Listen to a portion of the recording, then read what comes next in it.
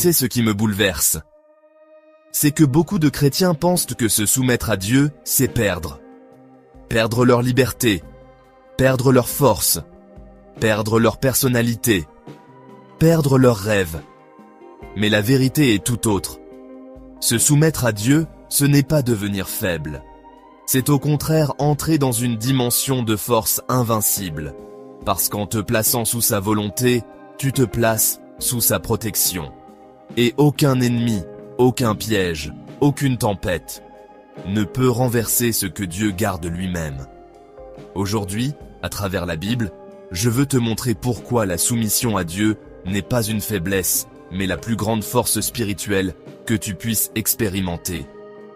Et je prie que cette vérité transforme ta perspective pour toujours. Quand je regarde autour de moi, je vois beaucoup de croyants fatigués. Ils se battent seuls et disent « Je me sens faible, dépassé, vulnérable.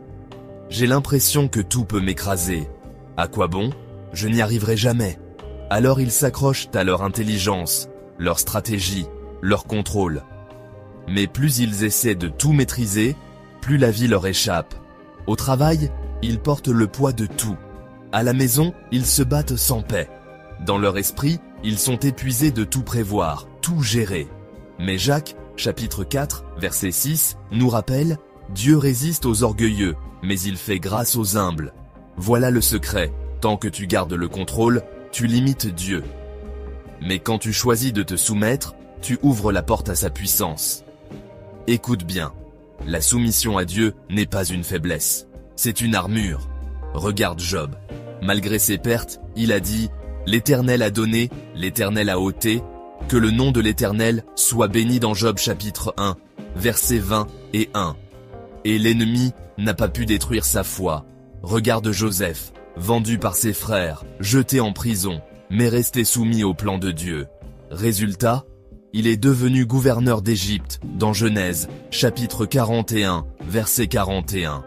Et le plus grand exemple, Jésus lui-même, au jardin de Gethsémané.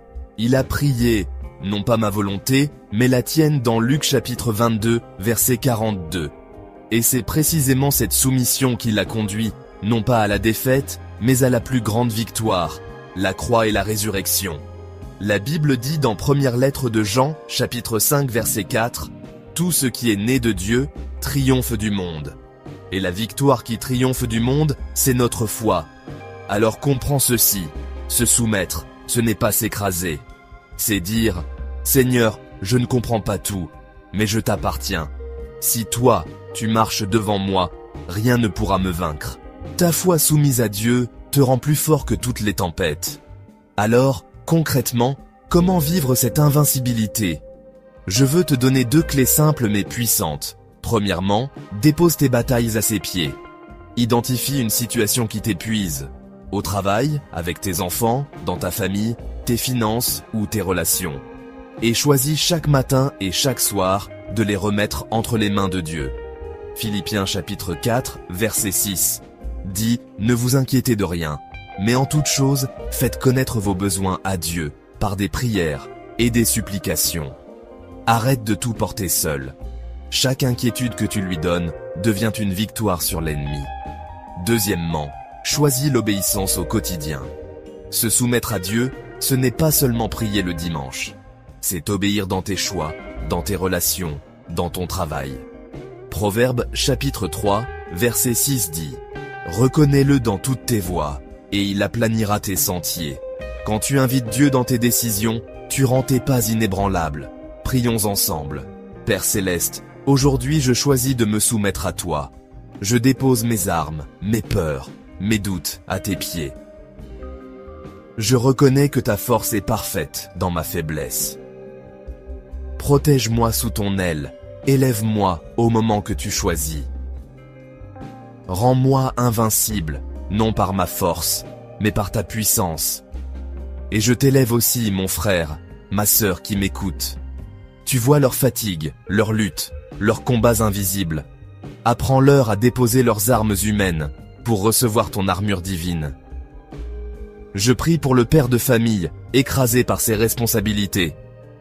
Pour la mère qui porte tout sur ses épaules. Pour le jeune adulte qui hésite entre sa volonté et la tienne. Pour nos aînés qui parfois pensent ne plus avoir de rôle. Seigneur, rappelle-leur que leur soumission à toi est une force spirituelle qui inspire les générations. Couvre-les de ta grâce et rends-les invincibles dans leur faiblesse.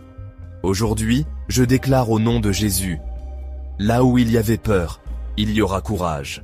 Là où il y avait fatigue, il y aura force renouvelée. Là où l'ennemi voulait diviser, Dieu unira. Car celui qui se soumet à Dieu devient inébranlable, indestructible, invincible. Non pas parce qu'il est fort, mais parce que Dieu est son rocher. Au nom de Jésus, Amen. Alors si cette prière a touché ton cœur, écris simplement en commentaire « Je suis invincible en Christ ». Et souviens-toi, la vraie victoire ne vient pas de tes efforts, mais de ta soumission à Dieu. Là est ton armure, là est ta paix, là est ta force.